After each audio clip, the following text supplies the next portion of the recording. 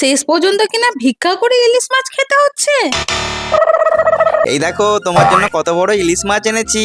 বাবা, এই সময় এত বড় ইলিশ মাছ কোথা থেকে পেলে? কার বাড়ি চুরি করলে নাকি রাস্তায় ভিক্ষা করলে? আশেপাশে কেউ চেনা জানা নেই তো, যাই এখানেই বসি।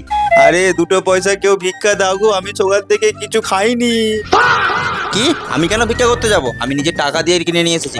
তুমি গিয়ে চুপচাপ রান্না করো, যাও। দাও দেখি। আর ওই শোনো, একটা নারকেল নিয়ে আসো বাজার থেকে। কি? আবার নারকেলও লাগবে? দূর, আর ভাল লাগে না। নাও তোমার নারকেল।